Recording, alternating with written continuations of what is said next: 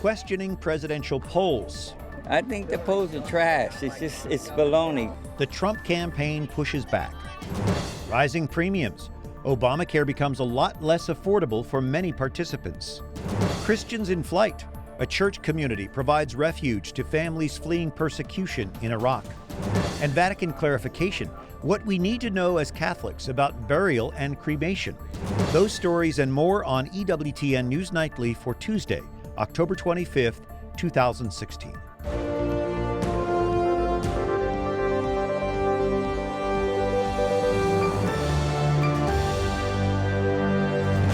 Good evening from Washington. Thanks for joining us. I'm Brian Patrick. Most polls show Hillary Clinton poised to be the next president. Donald Trump calls them phony signs of a rigged election. Jason Calvi discussed it with a top Republican pollster today. Jason? Brian, skeptics point to Brexit, where many of the polls show that Britons would vote to stay in the European Union. They actually voted to leave it. But the pollster I spoke with today said there's a big difference. He says issue campaigns like that of Brexit are a lot harder to predict than that of candidates like our presidential election. We did, over the last week, we did 150 polls just at this firm across the country, different races. There's nothing we're seeing right now that indicates that this is a dead heat race. Neil Newhouse was the lead pollster for Mitt Romney's 2012 campaign. He says the numbers don't look good for Donald Trump. The window of opportunity for Donald Trump is extraordinarily narrow. I mean, he has to run the table. He not only has to run the table, he's got to win in states in which he's now down by 5 or 6 points. The Real Clear Politics average of national polls puts Clinton ahead by 5 points. But some Trump supporters are not buying it. I think the polls are trash. It's baloney. Mike Pence says, don't believe the hype. The latest little thing with the national media and with the Clinton campaign is that they're obviously trying to project some image that this campaign is all but over. And Donald Trump himself points to a daily poll from Sunday. The new poll from Investors Business Daily, the most accurate poll for the last 3 presidential elections by far, has us up 2 points nationwide. We're leading, #1. But Trump's campaign manager admitted he's behind. Some bloggers complain that polls are sampling many more Democrats than Republicans. But this Republican pollster explains why that is. Our polling does interview more Democrats and Republicans because there are more Democrats out there. And so that doesn't mean the poll's skewed. It means you're getting an accurate sampling of actual voters. Part of the worry here is there is a sense that not everyone who will vote for Donald Trump will admit it to a pollster. Newhouse found in the primaries that Donald Trump did do a few points better when it was a computerized caller versus a live human being on the other end of the line. Brian? All right, Jason Calvi, thank you. And millions of Americans have already voted. 300,000 people cast ballots in person Monday in Florida. Another 1.3 million Floridians have mailed in their ballots. Dozens of other states also offer early voting. The White House now admits premiums will jump sharply next year under the president's Affordable Health Care Act. With many consumers now down to just one insurer, it's bound to stoke the Obamacare controversy days before this election. Chief White House correspondent and political director Lauren Ashburn reports. Brian, the increase in Obamacare health insurance premiums is a massive spike and is coupled with shrinking health care provider choices. Some states only have one carrier left in their network. But the administration says the benefits of the program far outweigh the setbacks. If you like your doctor, you can keep your doctor. If you like your health care plan, you can keep your health care plan. It's one of President Obama's signature programs, Obamacare. 20 million more people now have health insurance.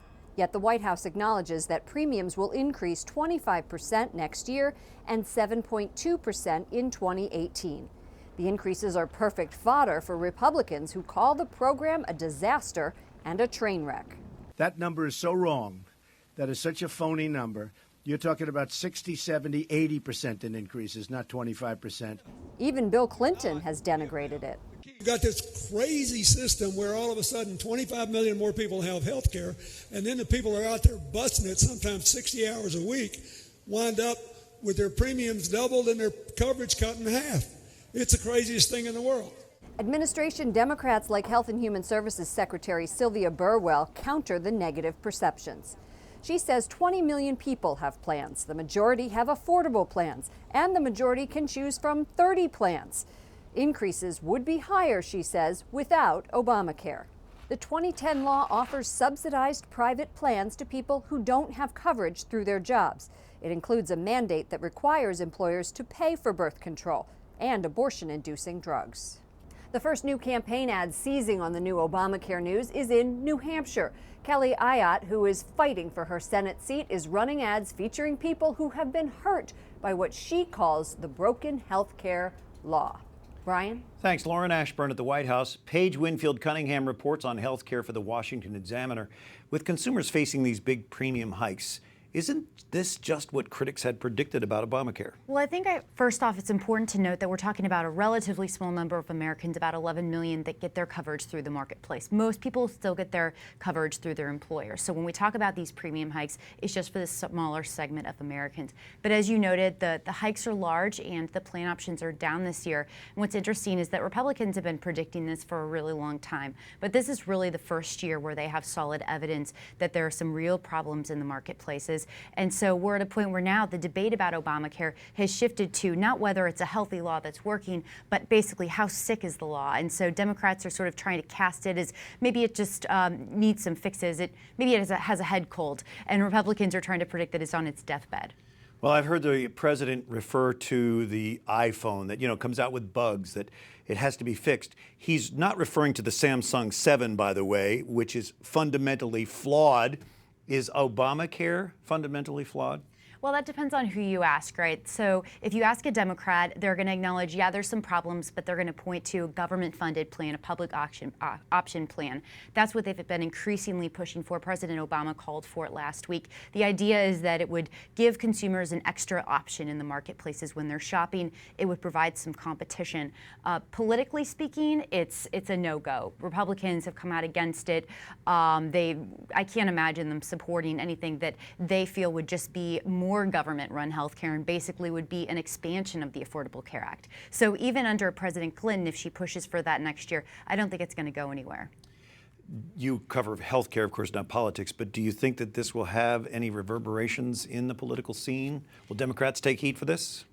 Probably in some Senate races in states where you see especially high premium hikes, such as Pennsylvania, Arizona being another one, and you really see the Republican candidates, they're really hammering Democrats over these premium increases and trying to get them to answer for it. So I think that you could see a lot of pressure there on Democrats. Nationally speaking, Trump hasn't really talked a lot about the health care law for most of his campaign, certainly less than in past races, but he has been hammering it a lot more in the last few days since these rates came out. So I think it's going to occupy an elevated place in the political discourse, at least for the remaining 2 weeks in the election. Paige Winfield Cunningham with the Washington Examiner. Thank you. Thank you. Other stories our EWTN News Nightly team are covering in today's world. Militant storm of Pakistani police academy in the southwestern city of Quetta overnight, killing 61 people. The dead are mostly police cadets and recruits. The attackers waged a ferocious gun battle with troops that lasted about 4 hours. More than 120 people were wounded, some critically. One of the suicide bombers was gunned down. 2 others blew themselves up. Saying its fighters targeted Christians, Somalia's al-Shabaab rebels claim responsibility for an early morning attack that killed 12 people in northern Kenya. A regional commander says the attackers used grenades and homemade explosives to break into a guest house, then stormed in with guns. One survivor says attackers went room to room, shooting and killing her colleagues. U.S.-led Iraqi forces enter the second week of a campaign to reclaim Iraq's second largest city from ISIS forces. Amid the fighting in and around Mosul, U.S.-led coalition forces evacuated about 335 civilians to a refugee camp from a nearby village. Others who have escaped described harsh conditions under ISIS rule, including forced religious training. Well, it brings Ann Daniel to tears, talking about the life she once had in Mosul. Her family, like thousands of other Christian families, were forced to flee 2 years ago. They've been sheltered in churches in neighboring Jordan ever since. Most of those gathered at St. Mary's Church in East Amman gave up everything for their faith. When ISIS took over their city of Mosul 2 years ago, Christians were given two choices: leave or be killed. Some ended up in neighboring Jordan with only the clothes on their backs. They sing Our Father who art in heaven in Aramaic, the language of Jesus. Father Khalil Jar has dedicated the past 2 years to helping refugees. His church has provided families with shelter, food, and support. Father Khalil says even if Mosul is liberated, these refugees will not go back. The Christians are very tired to be persecuted. They lost the hope to go back. Since the U.S.-led invasion in 2003, Iraq's Christian community, once estimated at more than 1 million, has endured countless attacks by extremist groups, forcing them to flee. Under ISIL's reign of terror, churches have been vandalized and destroyed. The group boasted about its attempts to wipe Christianity from the land where it's existed for centuries. Christianity will disappear, perhaps, from the Middle East. But for me, as a priest, I don't have any, I am not afraid. Because for the Christian, for the believers, wherever they go, this is a holy land. Ann Daniel and her family found sanctuary at St. Mary's. This one room is all her family of 5 have to call home. Just mentioning Iraq and the life she once had in Mosul is still too painful for Ann. She says when we left, it was all over for us. When we left, we lost our homes, our memories. Everything was gone. I don't think we will ever go back. It's too hard. I don't want my children to live the same experience. We paid the price. I don't want to go back, and in a few years, the same thing will happen. It's constant wars in Iraq. The family has been granted asylum and will be leaving soon for Australia, but it's bittersweet for them. Ann's 10-month-old son, Joseph, was born a refugee. She doesn't believe he will ever see Mosul. She says we will always remind him of his country. We will tell him how we were forced out. We will tell him that we never thought we would leave our land. They forced us out of Mosul. Ann says she prays every day for her family and for the country she once called home. Blaise Mishtal, Director of National Security at the Bipartisan Policy Center, is with us. This Islamic State group does not respect traditional warfare. If they're losing on the battlefield, they'll go to civilian attacks, use chemicals, scorched earth policies. Are we prepared for a long, ugly, drawn-out battle here? I think that is one of the questions that we haven't addressed. We've talked about defeating ISIS in terms of taking its territory. But just because we take Mosul and just because we take Raqqa doesn't necessarily mean that the group is simply going to go away. We've already seen, while we're busy fighting them in Mosul, they've popped up in other places, attacking in Kirkuk last week.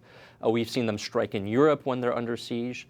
But perhaps the most frightening thing is that we've often seen them not fight back in a lot of cities, which really begs the question, where are these fighters that controlled these cities and suddenly vanish? Where are they going to? And I think the fear that I have is that they're simply reconstituting themselves somewhere else. Turkey is one possibility. There's a long, uncontrolled border there. We know ISIS operates with impunity in Turkey, so you could see new cells emerging in Europe. You could see fighters trying to smuggle themselves into Europe. And so where ISIS goes next is a big worry that I don't think we've talked enough about. And the U.S. leads the coalition against ISIS, and here we are 2 weeks away from an election. We're going to have a new president. How does that play into all this?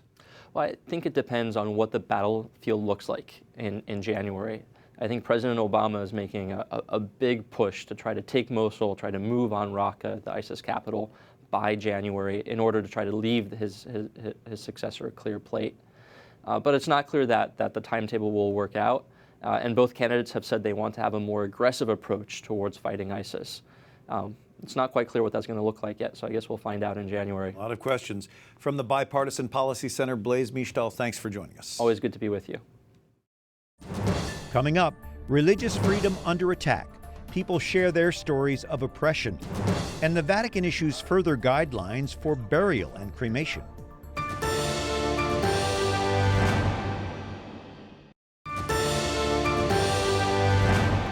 Thank you for joining us this Tuesday evening. I'm Brian Patrick. A federal judge approves a $15 billion settlement with Volkswagen. The German automaker admits it programs some diesel vehicles to cheat on U.S. emissions tests. The settlement allows owners of the affected cars to sell them back to the company. Some may also receive an additional cash payment of up to $10,000. Religious freedom advocates focus on a Washington state Supreme Court case. It involves a Christian florist who refused to provide flowers for a same-sex wedding ceremony. Wyatt Goolsby is here with more. Wyatt? Brian, some people call Baronelle Stutzman a hero for standing up for her faith. Others call her a villain for discriminating against gay couples. Her case and other similar ones across the country are putting the spotlight on religious liberty. There's quite a lot at stake here, our retirement, our life savings, our businesses. 71-year-old Baronelle Stutzman admits she could lose it all. In 3 weeks, Washington State Supreme Court hears her case. She says she's standing up for her religious liberty. For the government to come in and tell me what I can do and can't do and what to think and what to believe, it's absolutely worth it. Stutzman has owned Arlene's Flowers in Richland, Washington for 2 decades, taking orders from people of all backgrounds and sexual orientations. But both the ACLU and Washington's Attorney General are now suing her after she turned down a longtime customer's request to create arrangements for his same-sex wedding. God's promises are true, and he's very definite about what marriage is between a man and woman and symbolizes Christ and the church. So we have to stand firm on God's promises. She's not the only business owner who feels this way. The Alliance Defending Freedom has noted dozens of similar cases across the country. Blaine Adamson, a t-shirt designer near Lexington, Kentucky, says he's being sued for turning down a request to print gay pride shirts for a parade. I had made a decision, when I came back into owning the company, that I would only print those messages that I felt like were things that God would be happy with me printing. He's been told to keep his religion between the 4 walls of the church, but he says his faith is not limited to a building. It wasn't a situation where I ever second-guessed myself or thought I made the wrong decision, because at the end of the day, I'm accountable to him, not to man. Adamson's case is going to the Kentucky Court of Appeals, but oral arguments have not been scheduled yet. He and Stutzman both say this is all about their ability to live out their faith, not to discriminate. Brian? Thanks, Wyatt Goolsby. And the Vatican opens its archives to families of people who disappeared during Argentina's so-called Dirty War. Pope Francis was a leading member of the Catholic Church in Argentina at the time. That was in 1976 when a coup led to a military dictatorship. The archives are in Rome and in Argentina. They contain official Vatican communications, letters from family members, and newspaper clippings related to that period. Tens of thousands of Argentinians who were killed or kidnapped have become known as the disappeared. The Vatican seeks to clarify church teaching on burial and cremation. A set of guidelines is released from the Congregation for the Doctrine of the Faith. The burial, the last liturgy for us, is an expression of our hope for the resurrection. Cremation is an extraordinary form which is allowed, but which cannot be the expression of false ideological ideas. Alan Holdren, Rome Bureau Chief for EWTN's Catholic News Agency, joining us from the Eternal City. Alan, explain the Vatican's clarification of the proper care of remains of the deceased. Well, Brian, they just want to make sure that it's very clear to the bishops of the world and to priests what constitutes a proper burial. They said that cremation is allowed, something that the Church set forth in 1963, more than 50 years ago, but that the preferred way of burial is that of the body, placing somebody in the ground. They said that in the case of cremation, we really need to show that the Church accompanies people in this process and that there's no denial of this Christian belief that there is life after death. Alan, is there anything really new in this document, or is it strictly a clarification of what has already been the norm? Yeah, well, it is a little bit of both. There's something new here is that they set out very clearly saying that there should be no scattering of people's remains. If someone does choose cremation, that the ashes aren't divided up among family members or kept in homes. They say very clearly that they should be kept in sacred places, a place of worship like a church or a cemetery. So while cremation is morally acceptable for Catholics, there are some conditions attached to that. Yeah, they want to make sure that the dignity of life doesn't get thrown out with the bathwater, so to speak. If someone does choose cremation, they're not doing it for the wrong reasons, to deny that there is an afterlife, to possibly think that their body will go back to Mother Earth or something like that. They said in a press conference today that there should be no denial of a Christian existence, this idea that this belief that after death there is a resurrection of the body where the body will be reunited with the soul. And this is, of course, Catholic dogma. They want to make sure that that doesn't disappear in the process of someone being buried. Is there any specific reason for the document being issued now? Well, you may think that Halloween is right around the corner, All Souls Day as well. This document was actually approved in August and written back in March. So it's just the natural process of how things come out here. There was no clear reason for why it would come out right before All Souls Day. But this is something that bishops of the world have been expecting and needing as a clarification from the Vatican. It is timely, though. Thank you. Alan Holdren, our EWTN Catholic News Agency correspondent out of Rome. Thanks, Alan. Thank you, Brian. Up next, people displaced from Syria seek refuge in Rome and caring for wounded women. A closer look at the consequences of abortion.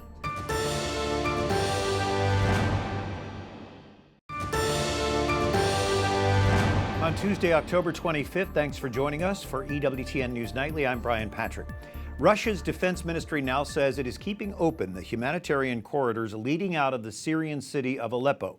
The UN's humanitarian chief accuses warring parties, including Russia, of obstructing medical evacuations from the rebel-held districts of the city. A defense ministry spokesman says 6 humanitarian corridors out of eastern Aleppo continue to function around the clock. He says 4 dozen women and children left eastern Aleppo the previous evening. The UN estimates 275,000 people are trapped by the Syrian government's siege of the city. Syrian refugees continue to pour into Europe, with another 70 people arriving from Lebanon into Rome Monday. Charities are helping them make a new start, and one student tells us she just wants to live a normal life. I want to live normal as a human, just that.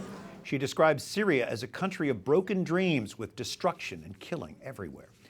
Politicians often focus on what they call a woman's right to an abortion. Few speak to those who bear the consequences of that fateful decision. Joining us by Skype from Harrison, New York, is Teresa Bonapartis of the group Lumina, Hope and Healing After Abortion. Teresa, during the last presidential debate, Hillary Clinton spoke personally to women about abortion, but isn't she leaving out one very important group of women? Yes, she really is leaving out a huge group of women, and those are the women that have had abortions that are suffering because of it. According to the Guttmacher Institute, which you know was an arm of Planned Parenthood, they even admit that 10% of those women who had an abortion suffer adversely from it. So even by their very low standards, which we know probably are not accurate, we're still talking about millions of women that are suffering. This is really hard to talk about with people, though. We as pro-life people, how do you think we can and should be talking to women who are suffering the consequences of an abortion? Yeah, I mean, then that's one thing about the last debate that I found as being a missed opportunity, because we speak about the babies. Hillary's out there appealing to the women. She's speaking to the women. She's saying she understands them. And Trump, while it was wonderful that he said what he said about Supreme Court nominations and late-term abortions, he didn't really speak to the heart of the women at all. And the fact is, those millions of women that are out there suffering, most of them are doing it in silence, and no one knows about their abortion. I know many women who their spouses don't even know that they're post-abortive. So they live in that fear of being found out. And I think what the pro-life movement has to do is, we talk so many times about loving them both when we talk about a pregnant woman, but I think we need to love them both whether they choose abortion or they choose life. We're called to love everyone.